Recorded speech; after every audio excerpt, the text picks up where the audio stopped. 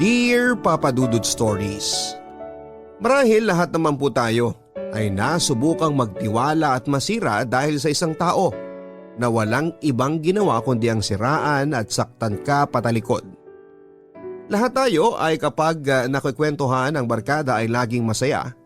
Nawari mo ay lahat sila ay totoo sa iyo.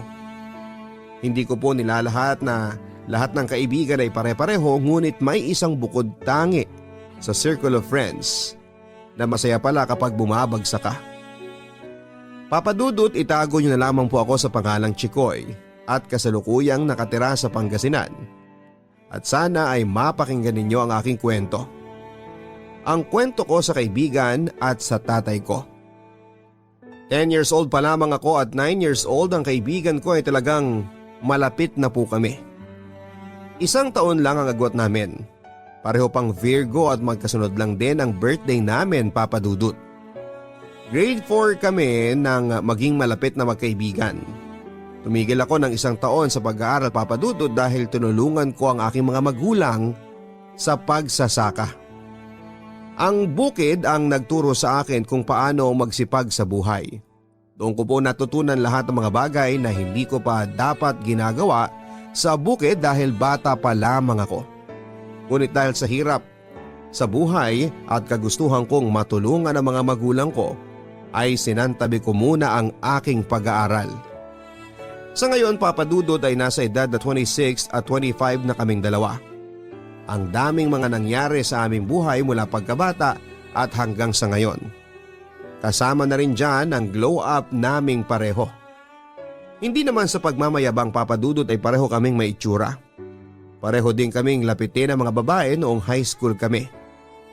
Nasa section 2 ako noon at nasa section 26 naman siya. Kung tutuusin, Papa Dudut, ay mas matalino ako kesa sa kanya. First honor ako nung elementary at siya naman kahit anong certificate ay wala siyang nakuha. Second year high school ako nung magumpisang magkaroon ng girlfriend. Ang first love ko, Papa Dudut, ay si Margo. Si Margo ay nasa section 1 at nasa section 3 naman ako. Bumagsak ako ng 2.80 sa average ko kaya naging section 3. Ang kaibigan ko naman ay nasa section 26 pa rin. Tinuturuan ko siya sa math, Papa Dudut, maski na rin sa English at science. Ngunit sadyang mahina talaga ang kanyang ulo. Magmula noon, Papa Dudut, ay magsimulang umabsent. Madalang siyang pumasok sa school namin, lulubog at lilitaw kung sabihin. Nagtagal naman kami ng 7 buwan ng GF kong si Margo dahil mas priority ko ang pag-aaral at pagkatrabaho sa school na pinapasukan ko. Oo, Papa Dudut, nagtatrabaho ako sa advisor ko bilang tagalinis ng room niya, tagadala ng mga gamit niya at tagasulat sa pisara. Minsan na rin akong nahirapan ng sobra dahil sa sitwasyon ko na halos parang ayaw ko nang umuwi ng bahay dahil sa layo at ang mahal ng pamasahe. Sa 8 pesos na pamasahe noon, Papa Dudut, ay hirapang ibigay ng mga magulang ko. Naranasan ko tuloy maglakad mula bahay hanggang paaralan. 3 kilometro ang layo ng pamantasan na pinapasukan ko. 4th year high school na ako, Papa Dudut, at hindi na nag-aral ang kaibigan ko. Binagsak niya ang lahat ng subjects niya noong 2nd year kami. Naawa ako sa kaibigan ko, Papa Dudut, pero maski ako ay wala naman akong magagawa. Kaya ang ginawa ko na lamang ay linggo ng hapon ay nagpupunta ako sa kanila upang ituro sa kanya ang mga napag-aralan ko. Pareho po kaming bisexual at pareho ding may sariling partner na katuwang namin sa lahat ng problema sa ngayon. Live-in kami ng partner ko at live-in din sila ng partner niya. Sa Taft kami nanunuluyan ng partner ko, sila naman ay sa Mandaluyong. Taong 2017, nasa Taguig ako at nasa Makati siya for job ata. June 2017, doon na lang niya nalaman na nasa Maynila na rin ako. So lagi siyang tumatawag, umaabot pa kami ng alas 3 hanggang alas 4 ng madaling araw, magsisimula ng alas 10 ang usapan. Ako naman sa sobrang pagkamiss ko sa kanya, hindi ako nagsasawa sa pagkukwento. Marami siyang sinasabi na kung ano-ano sa akin. Ang funny nga kasi alam mo yun, akala ko hindi na siya magkukwento sa akin. Hi Bes, kumusta ka na? Grabe, miss na kita Bes. Bakit di mo naman sinabi sa akin na nandito ka na sa Maynila? Tanong niya. Sorry Bes, busy lang ha, at saka biglaan din kasi sagot ko. Ayos lang yon, walang problema. Pero teka, saan ka nga pala sa Maynila? Kung hindi ko pa malalaman kay JR, hindi mo sasabihin sa akin ha? Inis niyang sabi. Nasa Taguig ako, dito ako tumutuloy. Paano nalaman ni JR na nandito ko, hindi kami nag-uusap? Gulat kong patanong sa kanya. Sa sobrang dami naming napag-usapan, Papa Dudut, ay naubusan na kami ng mapag-uusapan. Umabot na kami ng madaling araw. Lumipas ang ilang araw at ilang buwan ay nagkita kami along EDSA. Kumain kami doon, treat daw niya. Parang nahiya ako kaya nag-ambag naman ako. So ang sabi niya, siya na lang daw ang bahala. Hindi na lamang ako nagsalita pa kasi ininsist talaga niya. Binalik ko na lamang sa luma kong purse yung money. Akala ko noong mga nakalipas na araw na pagtawag niya sa akin tapos na ang lahat ng kwento niya. Pero hindi pa pala. Ang dami-dami na naman niyang naikwento sa akin at hindi naman ako nagsawang makinig sa kanya. Dahil nga tunay niya akong kaibigan, nakinig ako sa mga kwento niya at nagbigay din ako ng kaunting advice para sa problema niya. Halos sa 4 hours naming nagsama ng araw na yon ay parang 95% ng kwento ay sa kanya at 5% naman ang sa akin. Ang lala no? Pero hindi na ako magtataka, talagang ganun yon. Elementary pa lamang ay madaldal na talaga siya. Habang naglalakad kami sa hallway ng mall ay sobrang ingay niyang tumawa. Ako nga nahihiya para sa kanya. Ang laki ng pinagbago niya. Hindi siya ganong kaingay dati pero nagbago ang ihip ng hangin sa ngayon. Pagkatapos noon ay lagi na lang ulit kaming nag-uusap. Lagi siyang tumatawag at minsan gusto ko na lamang din sabihin sa kanya na may ginagawa ako at mamaya na lang siya tumawag. Ngunit dahil sa sobrang kilala ko siya, malit na bagay ay big deal sa kanya at baka hindi na lang ako kausapin bigla. Year 2018, January. Nasa may Balete Drive, Quezon City na ako noon sa tita ko. I was there for only 2 months kasi lilipat sila ng bahay sa Parañaque and I insisted na tumulong sa paghahakot. 6 p.m. ng gabi ay bumisita siya doon. Hindi ko alam kung paano niya nalaman na nandun ako, nagtanong pala siya sa ate ko. Kasi hindi na raw ako nag-text o nag-chat. Active na naman ako noon sa Facebook pero naka-hide lang sa kanya ang mga post ko.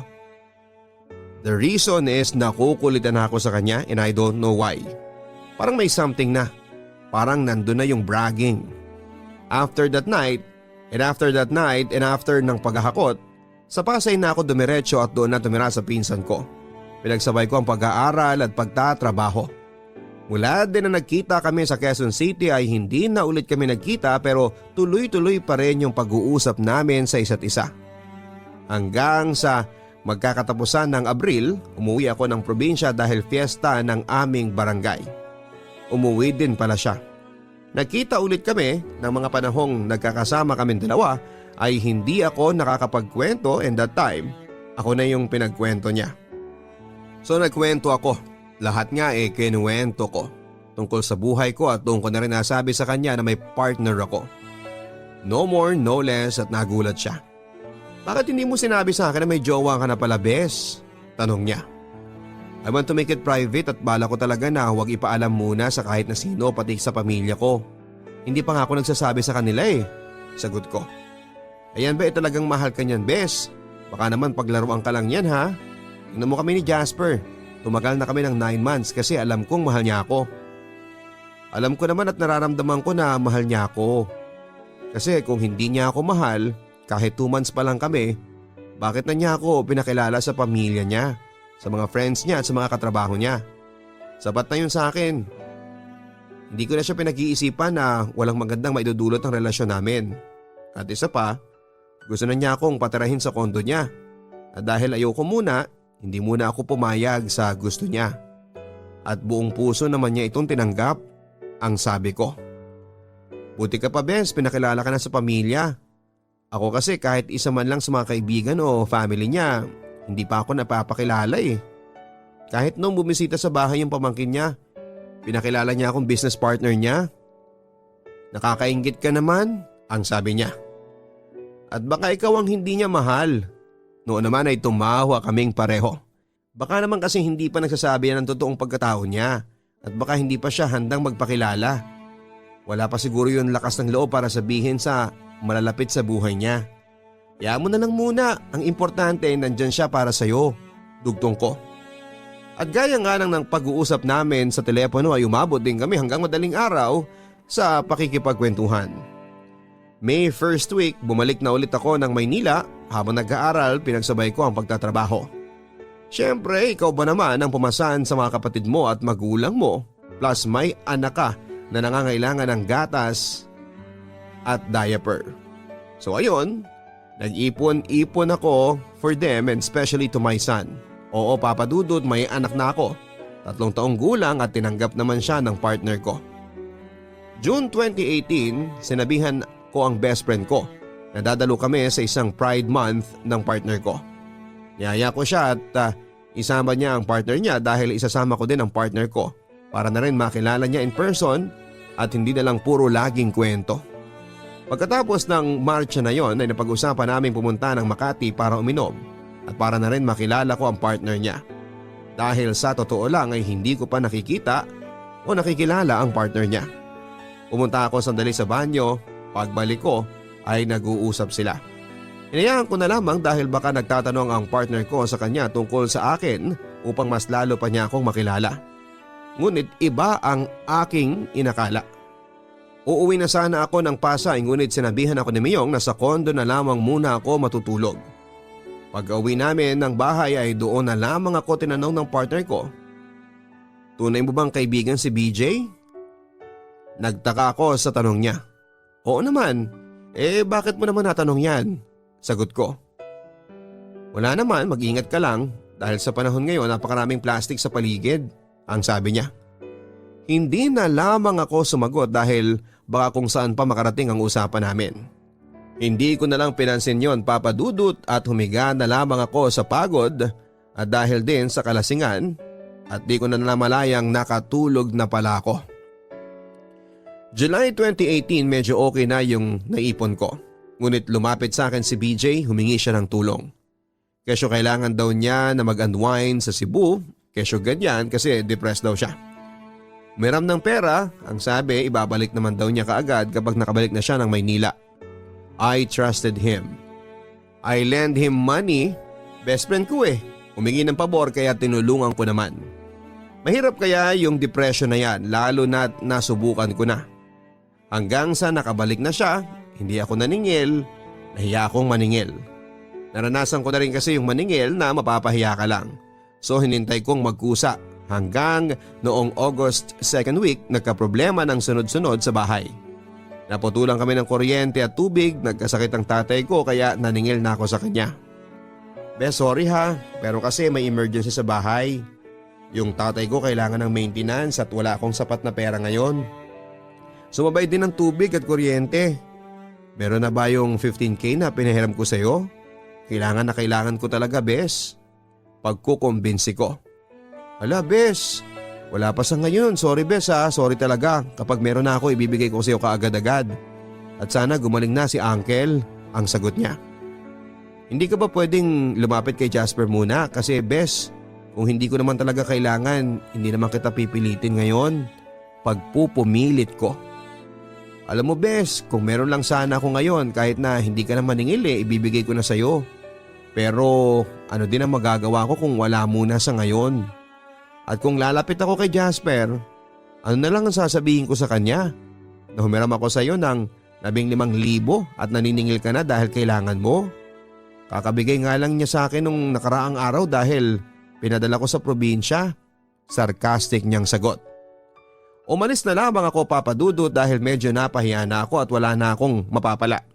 Medyo naawa ako pero mas nakakaawa ang sitwasyon ko. Kaya ang ginawa ko, lumapit ako kay Miyong para lamang may padala sa amin dahil wala na akong ibang malalapitan. Miyong, pwede ba akong humiram muna ng 10,000? Ipapagamot ko kasi si tatay at naputulan din kami ng kuryente. Pagmamakaawa ko. Sige, ngayon na ba love? Padala na natin. Agad kaming tumungo sa padalahan para maipadala na kaagad ang pera sa probinsya. Nabawasan sa wakas ang problema ko kasi naipagabot na yung tatay ko at nakabayad na kami ng kuryente at tubig, and good thing ay may pambili pa ng grocery nila at gatas at diaper ng anak ko. Love, salamat ha. You saved me. 10K lang naman yung hiniram ko pero dinagdagan mo pa, ang sabi ko. Love, okay lang yon. Ang importante dito, maipapagabot mo na si tatay at makakabayad ka na ng bills. Tsaka yung dinagdag ko para kina nanay at sa anak natin. Pagkasabi niya na may halong paglalambing. Hindi ko lubos maisip na ganito pala talaga kabait ang partner ko. Totoo nga ang sabi ng pamilya niya. At hindi ang pera niya ang habol ko kung bakit minahal ko siya, Papa Dudut. Minahal ko siya dahil tanggap niya ako at mahal niya ang pamilya ko. Makalipas ang ilang buwan, hindi pa ako kinausap ng best friend ko. Kaya naglakas loob ako na puntahan ulit siya sa kondo nila. Kumatok ako ng 5 beses at akmang kakatok pa ay biglang bumukas ang pinto. Bes, bakit parang hindi ka na ata namamansin, ang sabi ko. Pinapasok muna niya ako, Papa Dudut, bago siya sumagot. Hindi bes busy lang kasi sa negosyo. Kaya tingnan mo, ang daming labahan. Dito lang yan sa building na yan. Yung iba na i-deliver na sa isang tao ko sa kabilang building. Siya nga pala, kumusta? Si Uncle okay na ba? Pagtatanong niya. Laundry ang negosyo nila ni Jasper, Papa Dudut, kaya marami daw sa kanila ang nagpapalaba. Okay na siya. Lumapit ako kay Miyong, naglakas loob at kinapalan ko ng mukha ko sa kanya. At buti na lang at tinulungan niya ako kaagad, sagot ko. Bes, nandito ka ba para singilin ulit ako? Pasensya ka na ulit ha, wala pa ako maibibigay sa'yo. Tight lang talaga at ang daming gasto sa probinsya. Hindi bes, naintindihan ko naman. Nagpunta lang ako dito para kumustahin ka. Nag-text ako sa'yo pero hindi ka naman nag-reply. Kaya nagpunta na ako dito. Anyways, nagdala ko ng cupcakes. Homemade yan. Gawa ko yan bes, tikman mo. Mukhang masarap nga bes ha, thank you ha. Sakto, gutom na rin ako.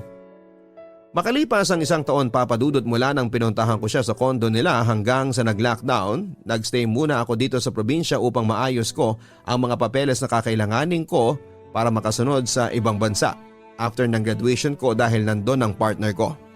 Pinatawad ko na ang best friend ko, Papa Dudut, dahil humingi ng sorry.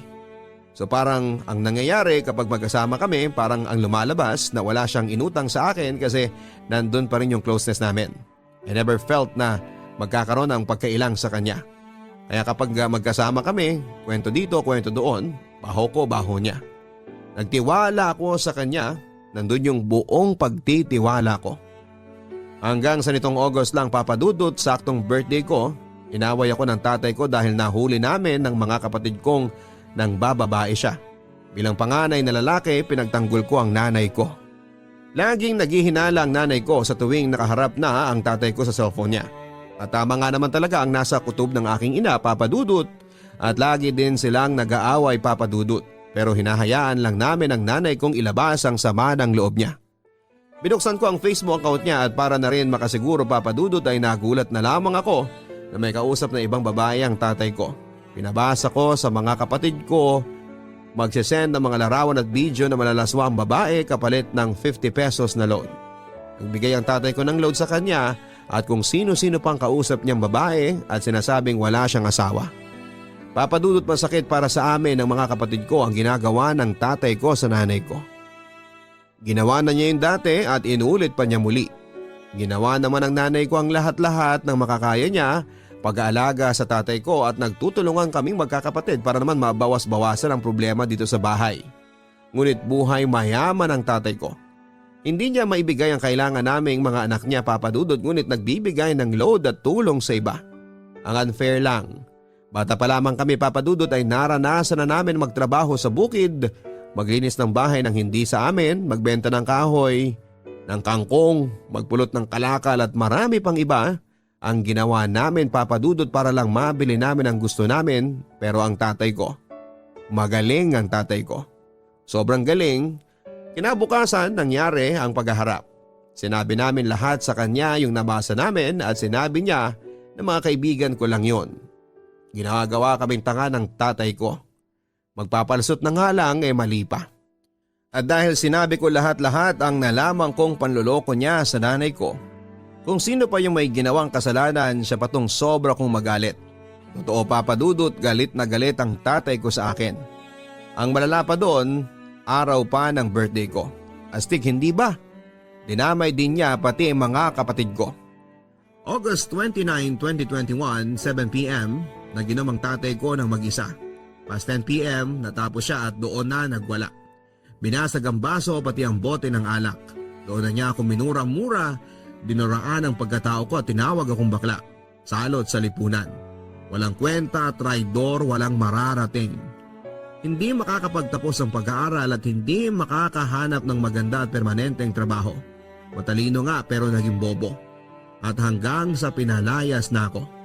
Hindi ako sumagot ng gabi na yon dahil nakainom at baka kung ano pang mangyari sa aming dalawa. Gabi na rin noon, tulog na ang mga kapitbahay at nakakahiya.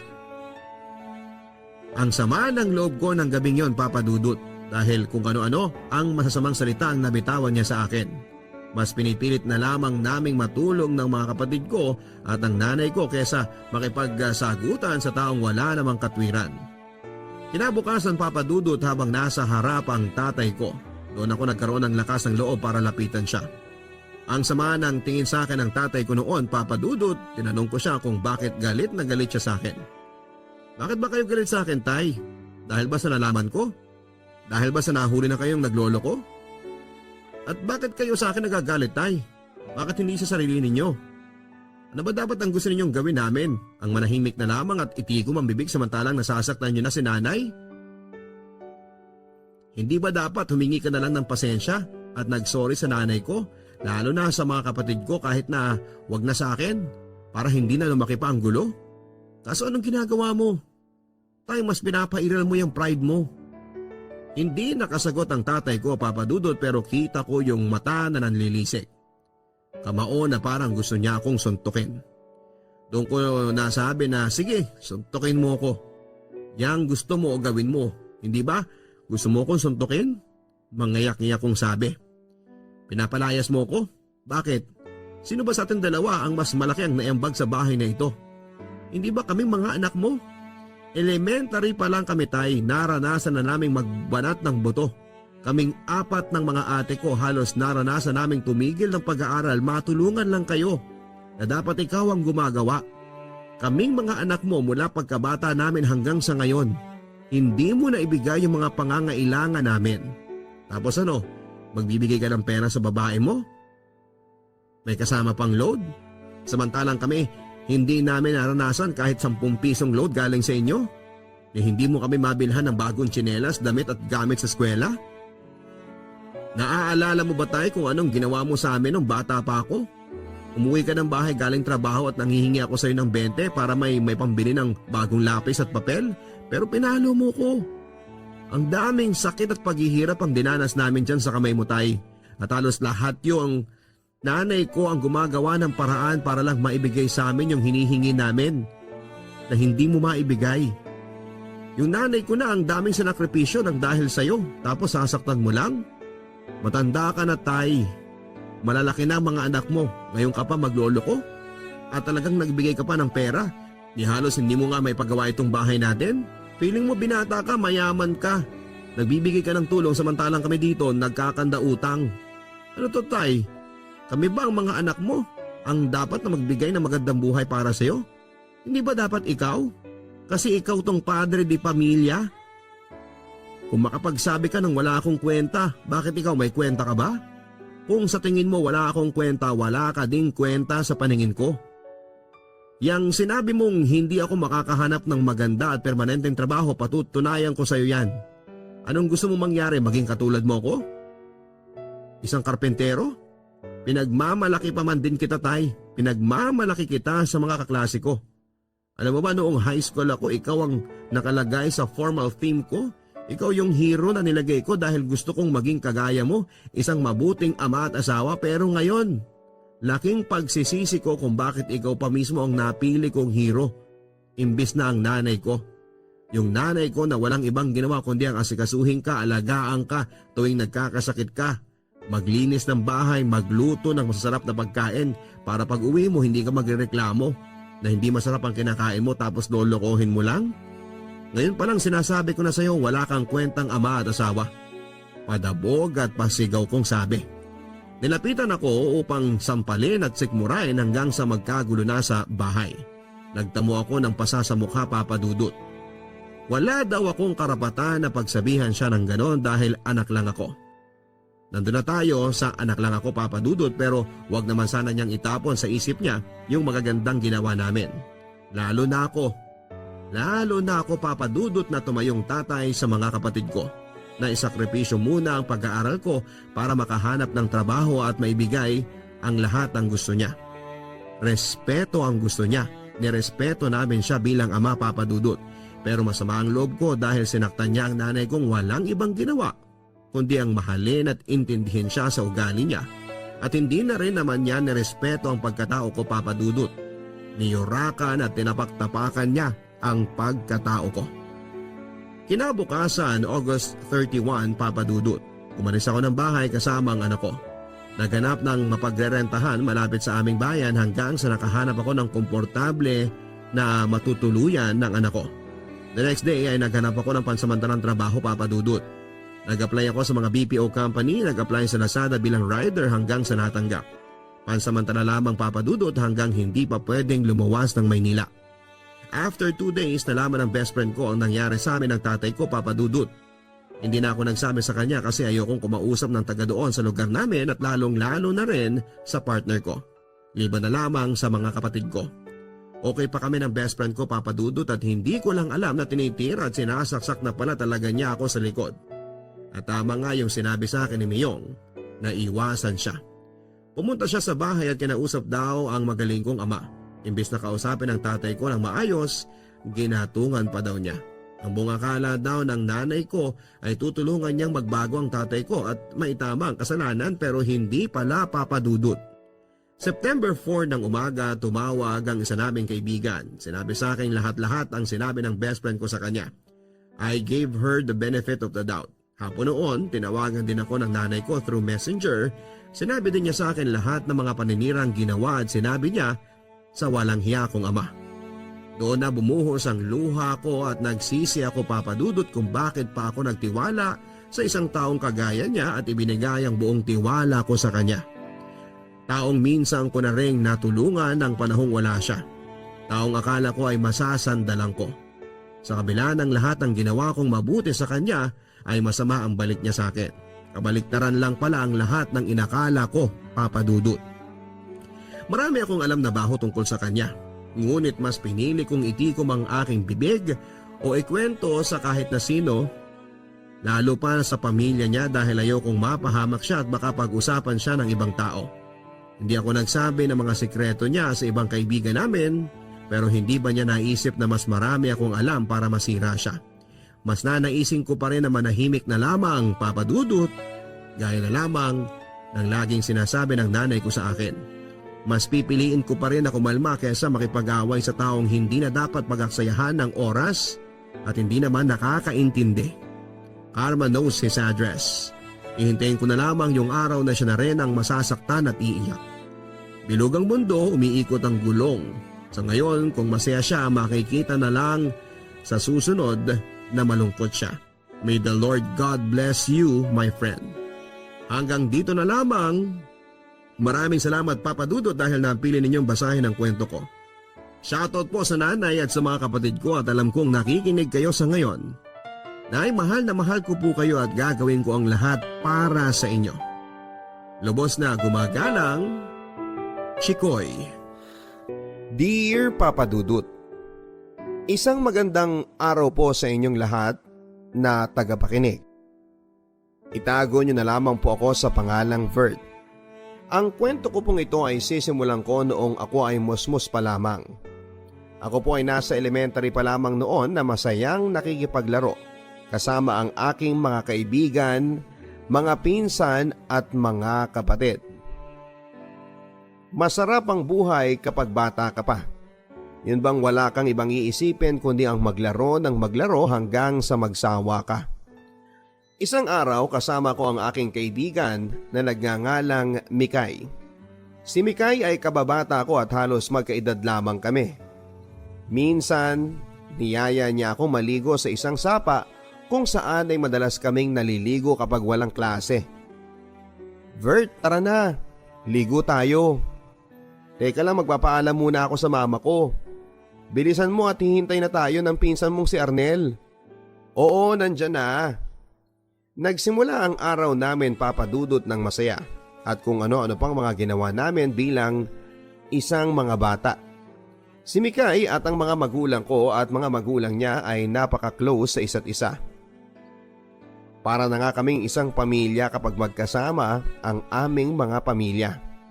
Dahil kung ano ang meron sila ay ibinabahagi nila sa amin at ganon din naman kami sa kanila. Ang buhay namin sa aming probinsya noon ay masasabi kong hindi gaanong may kaya. Ang papa ko ay may alagang isang kalabaw at 2 kabayo at mga kambing at andyan pa ang mga pato at manok. Kaya kahit papaano ay may makukunan kami pag may kailangan kami sa pang-araw-araw. Lumipas ang ilang taon ay may isang trahedyang naganap. Dahil ang kabayo namin na manganganak na sana ay pinatay nang hindi pa namin nakikilala kung sino ang pumatay. Pero ang papa ko, may alam siya. 5 a.m. noon ng umaga nang biglang nagkagulo sa labas at nakita ko ang papa ko na naiiyak. Sino at bakit po siya pinatay? Wala nang naisagot ang papa ko dahil sobrang iyak na niya, Papa Dudut. At noong nakita ko ang kabayo namin ay doon ako napahagulhol dahil ang kabayong isisilang na sana ay hindi pa nailabas. Andun pa sa puwerta ng kabayo namin. Kaya labis-labis na lang ang pag-iyak ko dahil yung kabayong isinilang sana ay ipinagkaloob na sana ng papa ko sa akin. Pero pinatay nila, mga walang awa sila. Kaya nakapag-decide na lamang ang papa ko na ipakatay na lamang para mapakinabangan. Pero ni isa sa pamilya namin ay walang kumain dahil para na namin yung kapamilya. Ilang taon din namin inalagaan yon at laking tulong na rin pagpupunta si papa sa bundok para may masasakyan siya at maikarga niya ang kabayo. Kung may bubuhatin siya, papauwi sa amin. Lumipas ang mga araw, Papa Dudut, nang may napansin ako sa papa ko. Hindi siya gaanong nagsasalita at walang ganang kumain. Minsan nakikita ko siyang umiiyak dahil naaalala niya ang pinakamamahal naming kabayo. Ang papa ko kasi ay hindi mahilig sa gulo. Kahit alam na niya kung sino ang pumatay sa kabayo namin, hindi pa rin siya gumagawa ng ikakasama niya. Kaya ipinasa Diyos na lamang niya ang lahat, Papa Dudut. Kaya isang araw ay nakapagdesisyon ang papa ko na lumipat na ng tirahan. "Mag-impake na kayo." Napagkasunduan na namin ng mama ninyo na lilipat tayo ng tirahan para makalimot sa mga nangyari sa atin dito. Wala kaming nagawa, Papa Dudut, kundi ang sumunod. Binenta lahat ng mga hayop namin para may pangsimula kami sa aming lilipatan. At nang paalis na kami, bigla ko naalala ang kaibigan kong si Mikay. "Aalis na kami? Saan naman kayo pupunta?" "Hindi ko alam kina Papa, basta matatagalan pa pagbalik namin dito." "Sige, mag-iingat kayo ha. Mamimiss ko kayo." "Salamat, ikaw din. Ingatan mo ang sarili mo." Pagkatapos kong magpaalam ay nakita ko na naman ang mga magulang ko at ang mga magulang ni Mikay na nag-uusap para magpaalam muna sa isa't isa. At sabay dasal na sana'y gabayang kami sa aming paglalakbay. Lumipat kami sa ibang bayan, Papa Dudut, at may kalayuan doon sa aming tinitirhan. Masasabi nating hindi rin maganda ang pamumuhay namin doon dahil kung anong hirap namin doon sa dati naming tinitirhan, ay doble naman ang hirap na dinanas namin sa paglipat. Madaling araw ay pumupunta kami ng kapatid ko sa dalampasigan para manghuli ng isda. Pag maraming nahuli ay bumibili kami ng tig-1 kilong bigas at panbaong ko na rin sa school. Grade 3 pa ako noon pero alam ko na kung paano dumiskarte para lang makakain kami ng 3 beses sa isang araw ng pamilya ko. Kapag lalabas ng school ay pumupunta kami sa mga kapitbahay namin para kunin ang lagayan ng tubig nila para pag-igiban. Piso kasi isang galon at 5 piso naman pag malaking galon. 2 kami ng kapatid kong lalaki para madali at may mabiling bigas naman. Lumipas ang ilang araw, buwan at taon.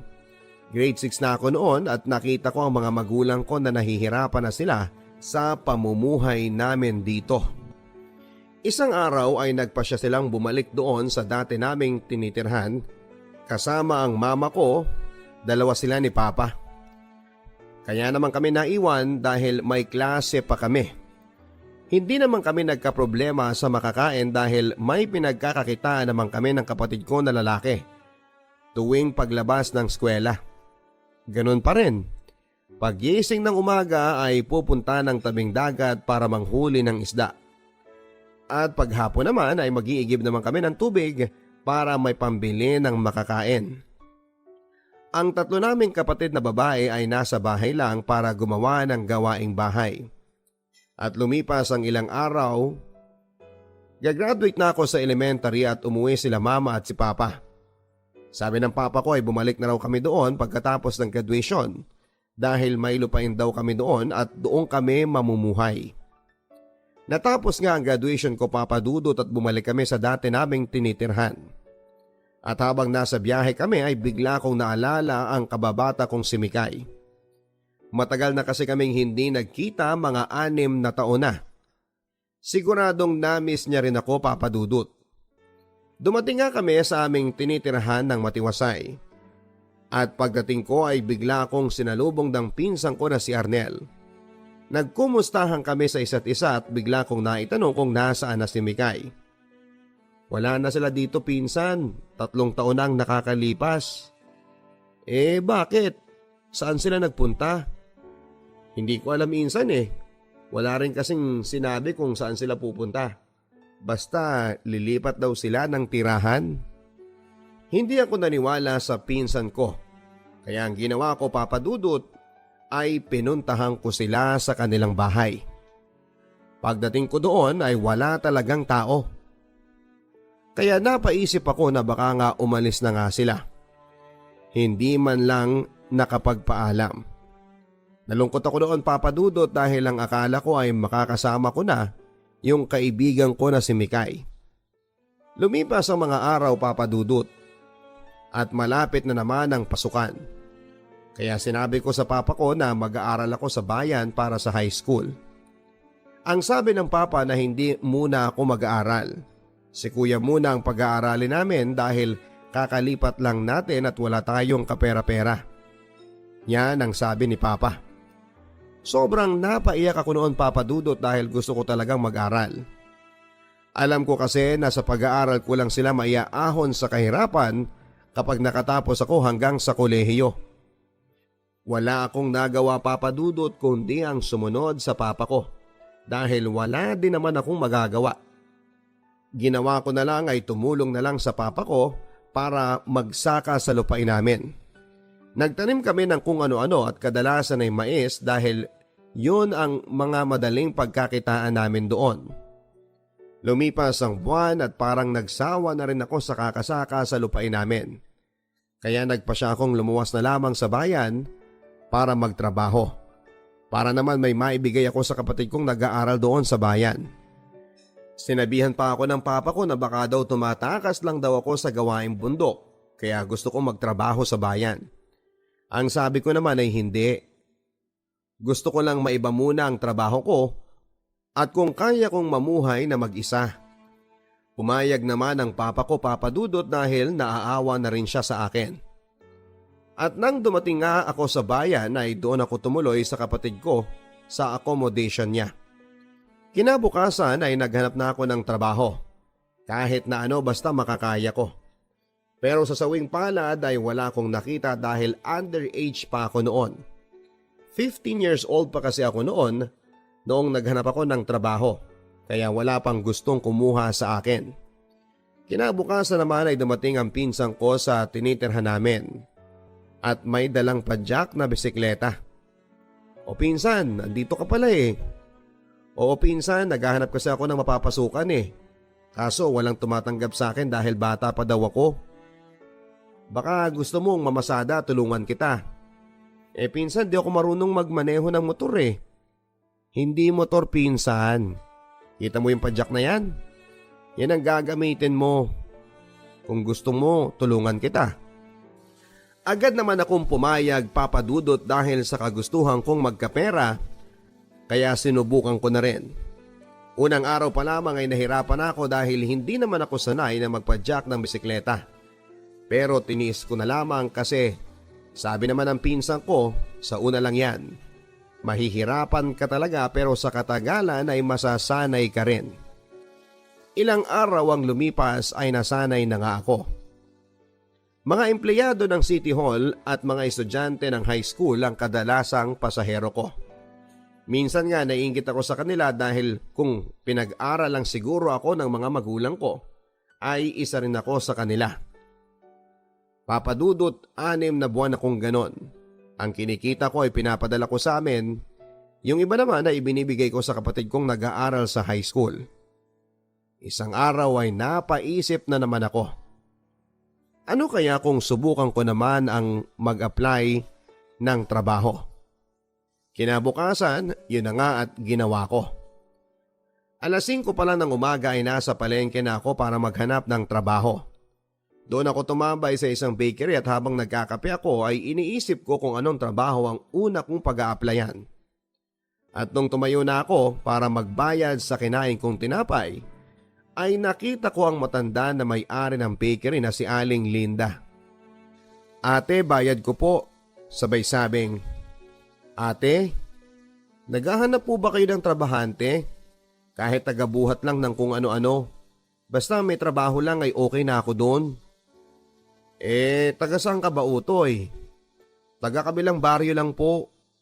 Ano bang alam mong trabaho? Kahit ano po basta makakaya ko lang. O sige, tamang-tama.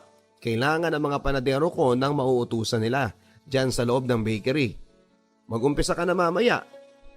Laki ng pasasalamat ko papadudot dahil sa wakas ay may trabaho na ako. At hindi na ako maiinitan. Kaya agad naman akong pumasok para makapag-umpisa na sa trabaho.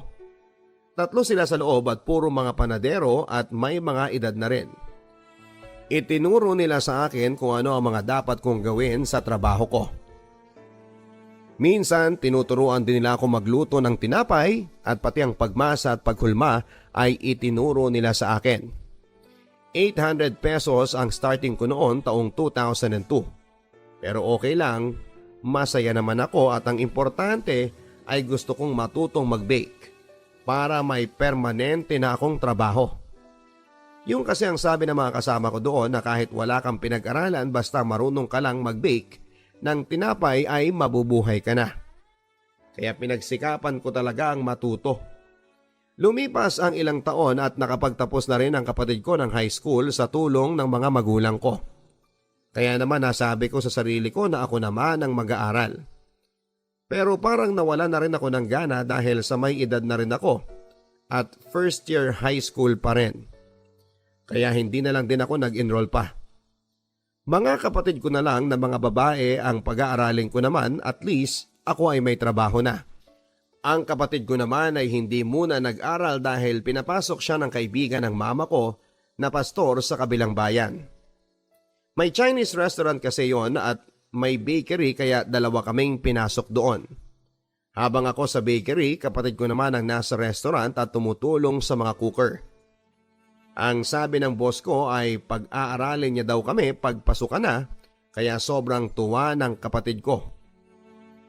Pero lumipas ang ilang buwan ay may nakilala ang kapatid kong lalaki. Babaeng nagngangalang Jackie. At hindi daw siya makatulog sa kakaisip sa babae dahil may nangyari na raw sa kanila ng babaeng yon. At first time ng kapatid ko na magkajowa. At masakla pa, yung babae ay maraming beses nang nakapag-asawa. At nung dinala ng babae ang kapatid ko doon sa lugar nila, Hindi na nila pinauwi yung kapatid ko ng mga magulang ng babae dahil nahuli daw silang magkatabing natutulog. Pinikot ang kapatid ko. Kaya pinatawag kaagad ang mga magulang namin. Noong nalaman ng papa ko na gano'n ang nangyari ay lubos niyang dinibdib dahilan ng pagbagsak ng kanyang katawan. Hindi nagtagal ay kinasal ang kapatid ko sa edad na 18 at kasing edad lang din naman niya ang babae. Lumipas ang buwan at taon.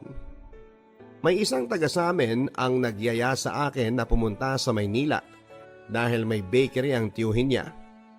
At gusto niya na sa Mindanao kumuha ng mga tao. Kaya naman pumayag ako kaagad.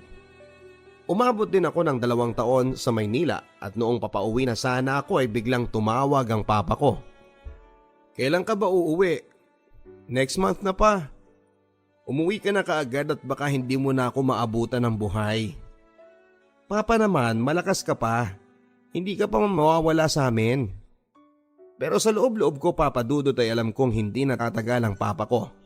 Dahil 1 taon pa lang ako sa Maynila ay ilang beses na ring naospital ang papa ko dahil sa sakit na TB. Halos wala din akong naipundar sa sarili ko dahil ako lang naman palagi ang gumagaso sa ospital kapag naa-admit si papa.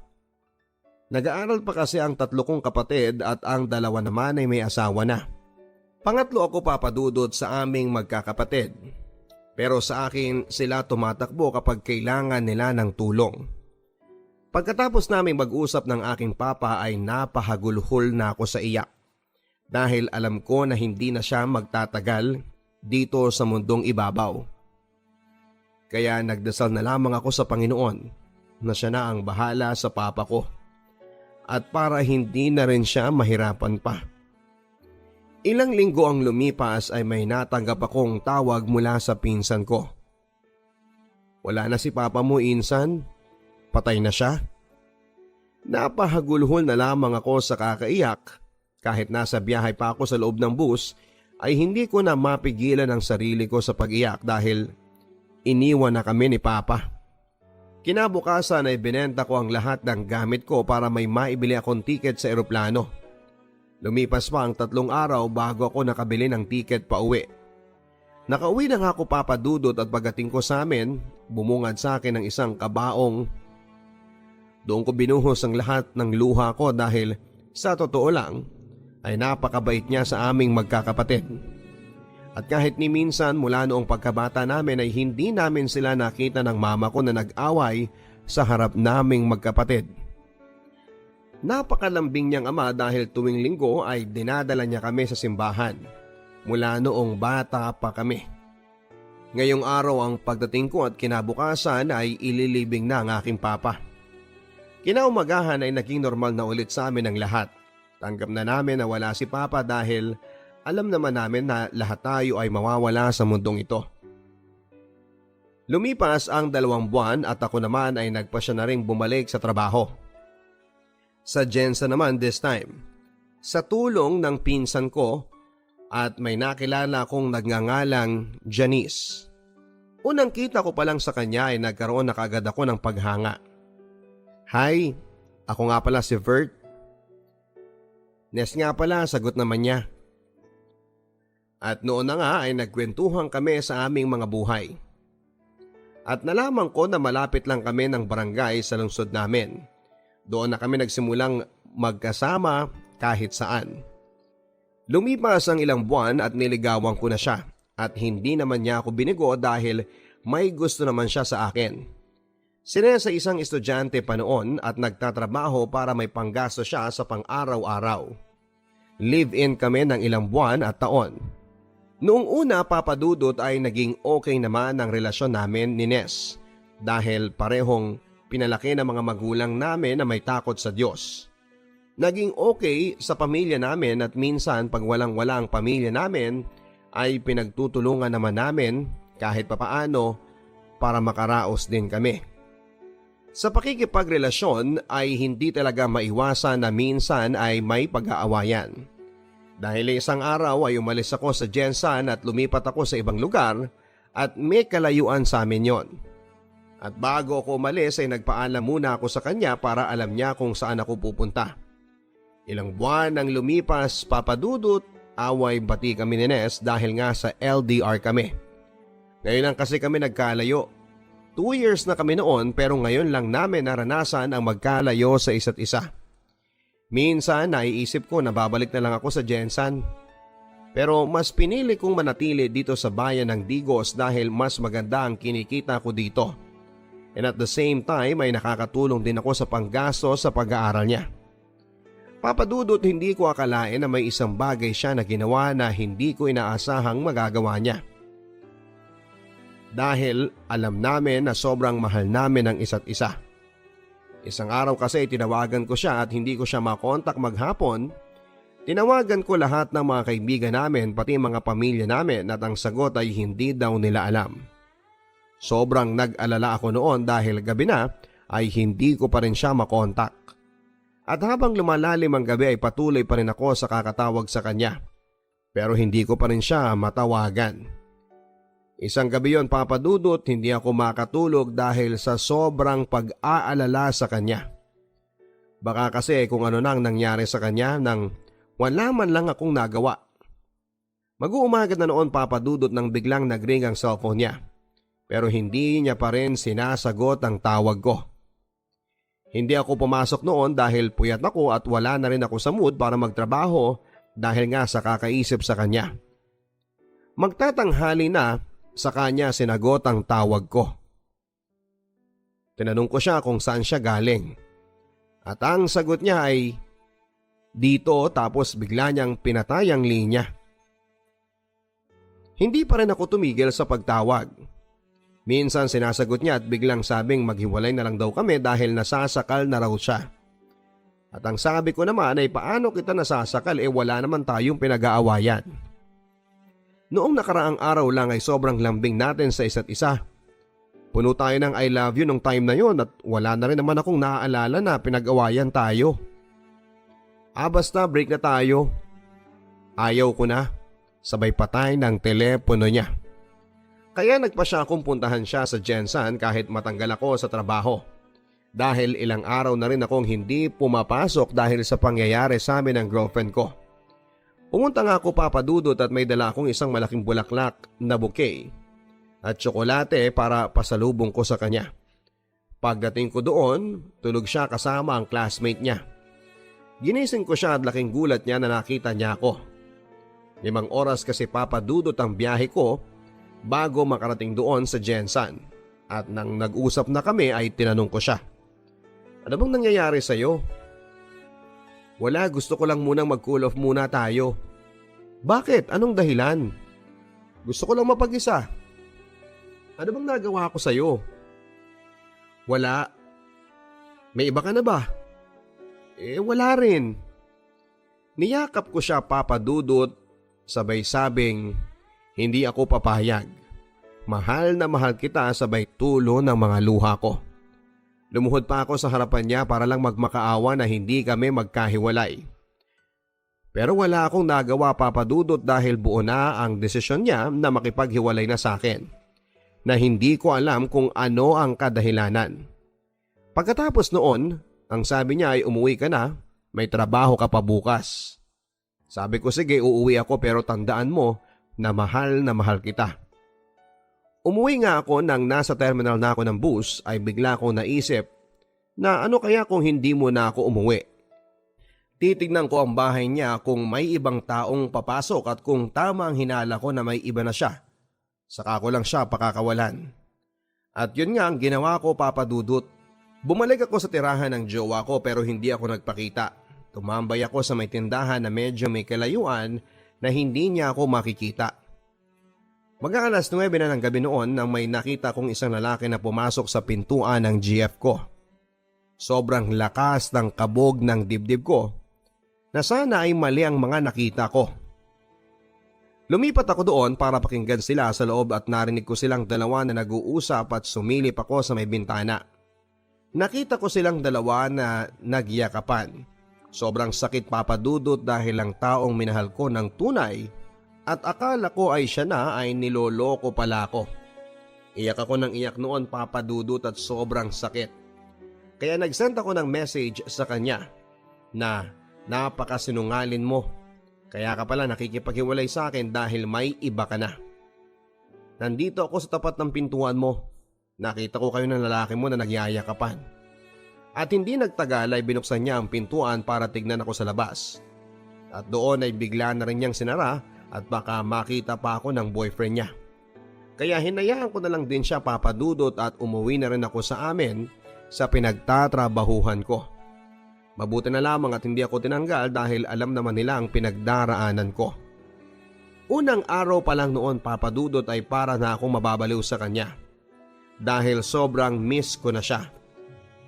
Tinatawagan ko siya kahit alam kong may boyfriend na siya. Wala akong pakialam, basta marinig ko lang ang boses niya ay okay na ako doon. Araw-araw ko yung ginagawa. At araw-araw din akong umiiyak sa pagmamakaawa sa kanya na balikan niya ako. Dahil mahal na mahal ko siya. Bago ang graduation niya ay nag-usap pa kami. Ang sabi ko, luluwas ako ng Maynila para makalimot. 6 na buwan na kasing lumipas at hindi pa rin ako nakakapag-move on sa'yo. Ang sabi naman niya ay wag. Wag ka nang umalis. Tapusin ko lang tong graduation ko at aayusin natin to. At gusto ko kapag graduation ko ay nandito ka dahil isa ka sa mga nakatulong sa pag-aaral ko. Gusto ko lang makita kita habang nasa entablado ako. Ang sabi ko naman ay sige, itatry ko. Kumuha ako ng ticket, Papa Dudut, March 21 ang petsa para sa pagtatapos ng graduation niya ay aalis na ako. Sa bagay wala na kami at tapos na rin ang obligasyon ko sa kanya. Dahil kahit wala na kami, patuloy pa rin naman akong nagpapadala ng pera sa kanya para sa pag-aaral niya. Dumating ang araw ng graduation niya, Papa Dudut, at pumunta ako doon, dala ang puting bulaklak na rosas na ang ibig sabihin ay okay na ako. Ako na lang ang lalayo, ako na lang ang susuko dahil meron na siyang iba. Pagdating ko sa graduation niya, Papa Dudut, ay sinalubong kaagad ako ng mga kapatid niya at ng mga magulang niya. At umiiyak dahil alam din nilang nangyari sa amin ni Nes. Sabi pa nga ng mama niya ay ayusin niyo ang relasyon ninyo dahil laging umiiyak si Nes dahil sobrang mahal ka daw niya. Araw-araw siyang nakatulala dahil sa kakaisip sa'yo. Hindi naman kasi kami boto dyan sa boyfriend niya dahil magkaiba kayo ng ugali. Ang sabi ko naman ay sige auntie, pagkatapos nito ay mag-uusap po kami. Sinamahan nila ako doon sa loob at noong nakita ko si Nes ay parang wala sa sarili. Nakatulala kahit andyan naman ang boyfriend niya. Pero noong nakita niya ako doon ko nakita ang matamis niyang ngiti na sobrang nagpasaya sa akin dahil matagal ng panahon ko na rin hindi nakikita ang ganong katamis ng ngiti niya. Natapos ang graduation, Papa Dudut. At noong nakita niya ako ay tumakbo siya papunta sa akin sabay yakap at sobrang iyak kahit nandyan sa tabi niya ang boyfriend niya. Hindi niya iniisip na baka mag-away pa sila sa ginawa niya. At pagkatapos niya akong yakapin ay may sinabi siya sa akin. Huwag kang umalis, mag-usap tayo bukas. Ang sabi ko naman ay may ticket na ako at bukas na ang flight ko. Ingat ka na lang dito at congrats sa'yo. At biglang nagsalita ang boyfriend ni Nes. O ano, tara na. Nakahanda na yung pagkain para sa graduation mo. At yun na nga, Papa Dudut, ang huling pagkikita namin ni Nes. Kinabukasan ay lumipad na rin ako papunta sa Maynila. At habang nasa eroplano ako ay may natanggap pa akong tawag. Asan ka? Nes, ikaw ba to? Oo, ako to. Nasaan ka? Nasa eroplano na. Palis na nga kami eh. Ang daya mo. Ang sabi ko sa'yo, huwag kang umalis. Pero umalis ka talaga. Akala ko ba mahal mo ko? Mahal kita, alam mo yon.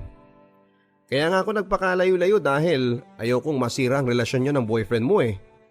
Mahal na mahal ka noon kaya huwag mo rin siyang saktan, okay?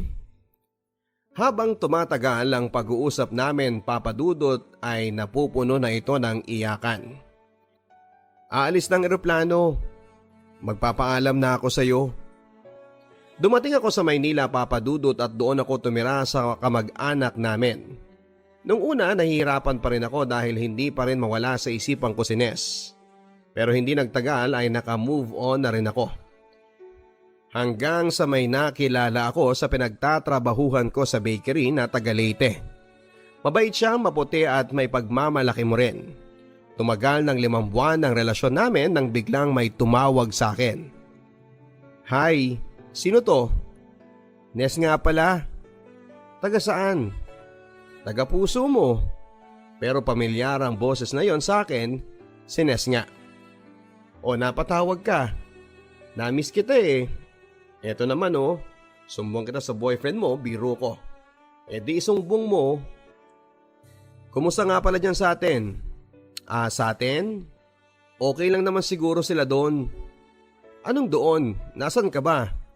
Sa puso mo nga. Yung totoo. Nandito ako sa Maynila sa kapatid ko, kakarating ko lang nung nakarang araw. Kaya iniisip ko na tawagan kita. Baka sakaling magkalapit lang tayo. Saan ka ba sa Maynila? Sa Makati. Sa Makati lang din ako eh. Ay ganon, pwede ba tayong magkita? Punta ka rito sa bahay ng kuya ko kasi hindi ko pa alam ang pasikot-sikot dito eh. Sige, pag off ko, punta ako dyan. Ibigay mo lang ang address mo. Pinuntahan ko nga siya doon, Papa Dudut, pero ang paalam ko sa GF ko ay pupunta lang ako sa barkada ko. At pumayag naman siya. Nakita nga kami, Papa Dudut, at pagkakita niya sa akin ay niyakap niya ako kaagad at sabay sabing, alam mo bang ikaw ang dahilan ng pagpunta ko sa Maynila? Kasi nami-miss na kita. Yung boyfriend mo nasaan na? Wala na kami noon. Break na kami kaya nga ako pumunta rito para makipagbalikan sa'yo. Alam kong mali, Papa Dudut, pero pumayag ako sa gusto niya dahil mahal na mahal ko pa rin naman siya. At doon nga ay meron agad na nangyari sa amin. Umuwi ako sa GF ko, Papa Dudut, na may lihim. Hindi ko ginusto pero nangyari na. At ilang araw din ang nakalipas ay nakipaghiwalay na rin siya sa akin dahil nalaman niya na nagkabalikan kami ng ex ko. Nung una masakit pero mas nangibabaw pa rin ang pagmamahal ko kay Ness. Tumagal ng 5 buwan ang relasyon namin ni Ness at may isang pangyayari na naman na hindi ko nagustuhan. At yon ay ang lalaking pinagpalit ni Ness sa akin noong nasa probinsya pa kami. Nagpunta rin siya sa Maynila at nagkabalikan din sila. Hindi ko alam kung bakit ganito na lamang ang buhay ko kay Ness. Pero gaya ng dati ay iyak lang naman ang kaya kong gawin. Nagpasya na lamang ako na magpakalayo-layo na naman. Isang beses may isang Arabo na nagalok sa akin ng trabaho sa bansang Bahrain. Hindi ko na pinakawalan pa. Ang sabi ko baka eto na yung time para hindi na talaga nila ako mahabol pa doon. Pagod na kasi ang puso ko at ayaw ko nang masaktan pa. Tama na. Kaya naman inasikaso ko na ang mga papeles ko, pati ang medical at passport ay binilisan ko para makaalis kaagad. At yan ay hindi alam ni Ness na aalis na naman ako. Lumipas ang ilang buwan ay patago kaming nagtatagpo ni Ness pero hindi niya alam na ilang araw na lang ay aalis na naman ako. Dumating na nga ang araw ng flight ko papunta sa Bahrain at doon ko na rin sinabi sa kanya na mag-a-abroad na ako. Habang nasa hotel kami ay napaiyak ako. Nagtataka na naman siya kung bakit ako naiiyak. Bert, bakit ka umiiyak? Napapano ka? Ness, ano man ang mangyari, mahal na mahal kita. Kahit na ilang beses mo ko sinaktan, tandaan mo na minahal kita ng tapat at never akong nagsinungaling sa'yo. Oo, alam ko naman yun eh. Kaya nga ako pumayag na magkita tayo ng patago, diba? Dahil mahal din kita. Oo, mahal mo ako pero may mahal ka ring iba. Hindi na tama tong ginagawa natin.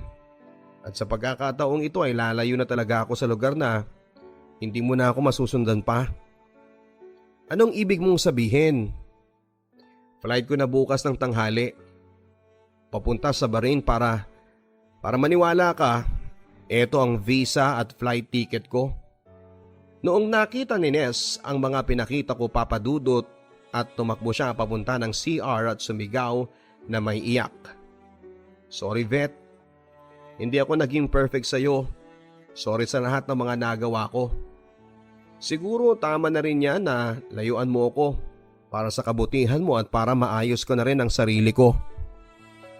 Hindi na namin tinapos ang gabing yon, Papa Dudut, dahil alam kong masasaktan lang kami.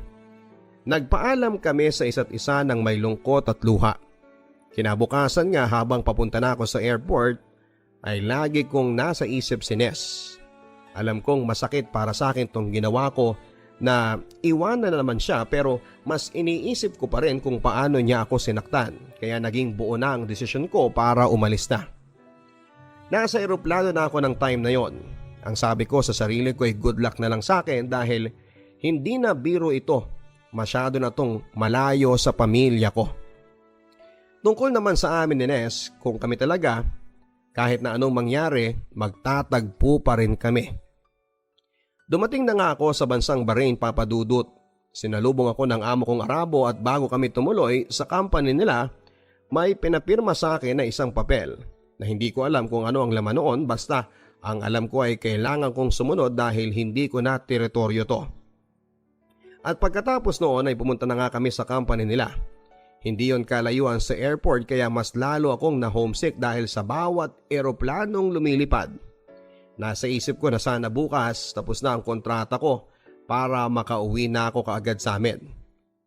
Noong una kong araw sa Bahrain, taglamig noon at sobrang naninibago ako sa klima.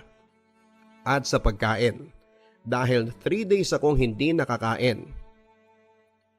Buti na lang may kasama akong 2 Pilipina na tindera namin kaya dinalhan nila ako ng kanin dahil sawa na ako sa kakakain ng tinapay. Lumipas ang ilang buwan at naging maayos sa amin ang amo ko at sa kasamahan namin, pero noong mag-iisang taon na ako ay hindi na kami sinasahuran.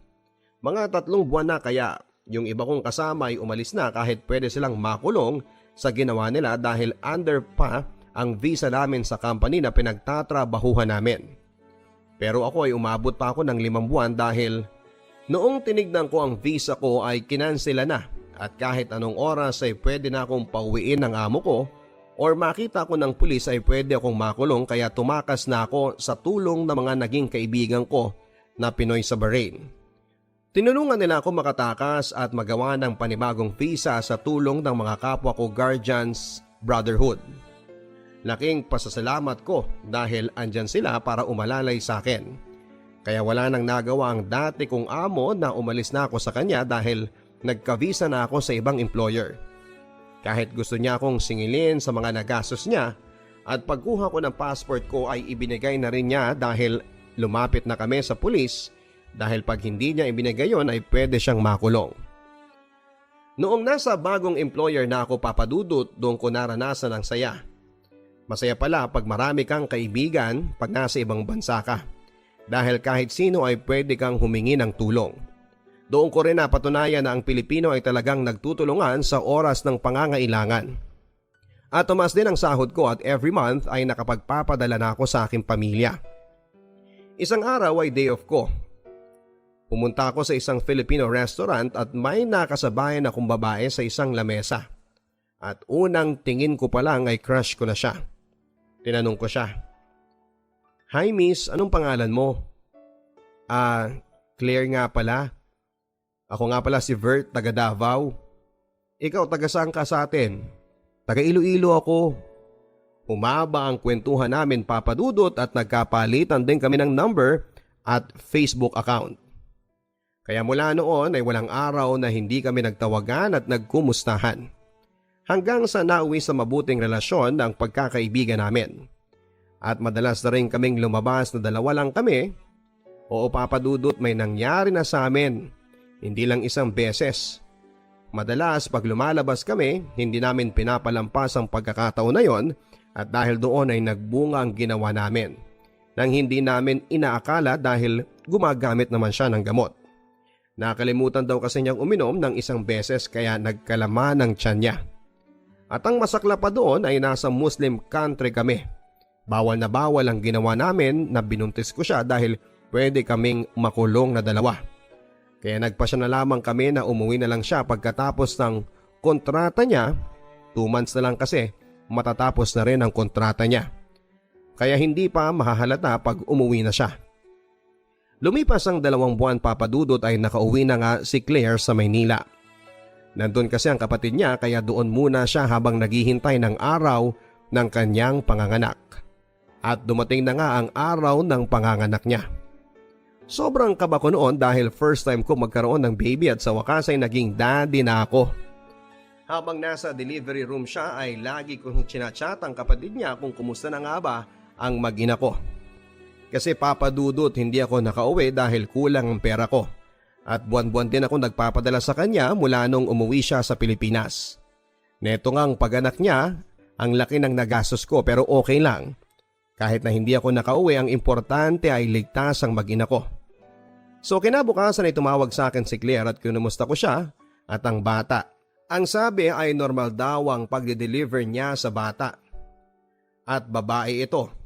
At noong nakita ko ang litrato at video ng anak ko ay bigla akong napaluha. Ganito pala ang pakiramdam maging isang ama. Gusto ko siyang mayakap at makargaman lang pero hindi ko magawa dahil nasa malayo pa ako. Ang sabi ko na lang sa sarili ko ay pagbubutihin ko na lang ang trabaho para sa mag-ina ko. At pagkatapos noon Papadudot, 2 months pa lang ang baby namin ni Claire ay napagpasyahan namin na umuwi na lang sila doon sa amin para matulungan siyang mag-alaga sa anak namin. Kaya pagdating nila doon sa Davao ay sinalubong sila kaagad ng mama ko at ng mga kapatid ko. Naiiyak sila sa sobrang tuwa nang makita ang anak ko. Ako naman ay patuloy sa pagtatrabaho Papadudot at minsan ay tumatawag ako sa amin dahil gusto ko lang makita ang baby ko. At isang araw may sinabi sa akin ang asawa ko. Gusto raw niya mag-abroad muli. Ang sabi ko naman ay kaya mo na ba? Paano ang anak natin? Kaya naman daw ni mama na alagaan si Rain. At hindi na nga kami nagtalo Papadudot, pinayagan ko muli siya. 5 months pa lang ang anak namin noon ay iniwan na siya ng kanyang ina at ng aking ina na lamang ang nag-alaga sa anak namin. Ang sabi ko na lang ay sige, mabubuo rin tayo. Hinintay ko na lang na mag-birthday ang anak ko Papadudot. Saka na ako uuwi para isang gastusan na lamang. Kaya makalipas Papadudot ang 5 taon ng pagkawalay sa pamilya ko ay nakauwi na ako. Miss na miss ko na si nanay at mga kapatid ko. Noong nasa Maynila na ako Papadudot ay may isang alaala na pumasok sa isipan ko. Si Ness. Kumusta na kaya siya? Ilang taon na kasi kaming hindi nag-uusap at wala na kaming kontak. At noong lumapag na ang eroplano sa Davao ay sinalubong kagad ako ng mga kapatid at ng mama ko. Karga-karga niya ang anak ko. Dali-dali silang tumakbo papunta sa akin at niyakap nila akong lahat. At ang anak ko naman ay napatingin lang sa akin. Hindi nga niya ako kilala dahil noong kukunin ko na sana kay mama ang anak ko ay umaayaw siya. Pero okay lang, at least ay nakita ko na siya at nayakap. Kinabukasan, birthday niya noong pinaghandaan ko yon. Yung mama niya ay hindi naman nagparamdam mula noong nakalipad na papunta ng Saudi. Pero okay na rin, at least nasa akin naman ang anak ko. Ilang araw ang lumipas ay nagkita kami ng kaibigan namin ni Ness dati. May asawa na raw si Ness pero sa ibang lalaki at hindi doon sa lalaking pinagpalit niya sa akin. Ang sabi ko ay mabuti naman at may kanya-kanya na rin kaming buhay. At sa pag-uwi ko nga Papadudot ay may isang babae na nag-message sa akin sa Facebook. Noong una hindi ko kilala pero noong sinabi na niya lahat kung sino siya at mga pamilya niya ay doon ko na siya nakilala. Si Mikay, ang kababata ko, at halos 2 dekada rin kaming hindi nagkikita at nag-uusap. May anak na rin siyang lalaki. Mas nauna siyang mag-asawa kaysa sa akin pero patay na raw ang asawa niya sa sakit na heart attack. Kaya niya pala ako hinahanap dahil hindi na naging maganda ang kalagayan ng ina niya at gusto ng mama niya na makita muna kami bago siya managutan ng hininga. Kaya agad na kaming tumungo doon at pagdating namin sa bahay nila ay hirap na siyang magsalita. Pero nakikita mo sa mata niya na masaya siya. Ilang araw ang lumipas ay wala na nga siya. Sobrang iyak ng nanay ko noon dahil ilang dekada rin silang hindi nagkita. Sobrang close kasi sila noong bata pa kami ni Mikay at daig mo pang magkakapatid kung titignan. Kaya sa pangyayaring yon ay umuwi kaagad si Mikay mula sa Kuwait para man lang makita ang mama niya kahit sa huling pagkakataon. Noong dumating siya ay nasa gilid lamang ako. Noong nakita ko siya ay ang laki ng pinagbago niya, gumanda siya lalo. Kaya hindi ko na lang siya tinawag baka kasi hindi ako pansinin. Pero laking gulat ko na lamang nang biglang manapak sa bato ko si Mikay at noong nagkaharap kami ay hindi ako makatitig sa kanya. Kaya una siyang nagsalita. "Oy Vert, kumusta ka na?" "Eto, okay lang. Kakarating ko lang din nung nakaraang buwan galing sa Bahrain." "Siya nga pala, kondolensa." Salamat din at nandito ka." "Ano ka ba, sobrang close kaya natin nung bata pa tayo. Sino ba naman ako para hindi ka damayan sa sitwasyon na ito? Kahit may kasalanan ka sa akin pero okay lang. Saka na kita sisingilin pagkatapos ng libing ng mama mo." Biro ko. Pagkatapos ng libing ng mama niya ay nag-usap kaming dalawa ni Mikay ng masinsinan. Binalik ko ang dating kami noong bata pa kami. "Ano Mikay, ligo tayo?" "Saan naman?" "Doon sa ilog, sa dating liguan natin noong bata pa tayo." "Sige ba?" Pumunta nga kami doon, Papa Dudut, sakay ng aking motorsiklo. Pagdating namin doon ay naligo kami at para kaming mga bata na nagtampisaw. Kaya hindi ko na rin pinalagpas ang pagkakataon na niligawan ko siya at hindi nga nagtagal ay naging kami na rin. At bago siya umalis papunta sa Qatar, nito lang taon na ito ay namanhikan muna ako sa kanya sa pamilya niya na patunay na mahal ko ang kapatid nila. Sa ngayon, Papa Dudut, ay pansamantalang dito pa ako ngayon sa Davao dahil pagkatapos ng pandemyang ito ay aalis na rin ako papunta sa ibang bansa. Sana'y mabasa niyo tong liham ko na ito bago man lang ako makapunta sa ibang bansa. At sana rin po ay napulutan din ito ng aral ng inyong mga tagapakinig. Hanggang dito na lamang po, and more power and God bless. Nagpapasalamat, Vert.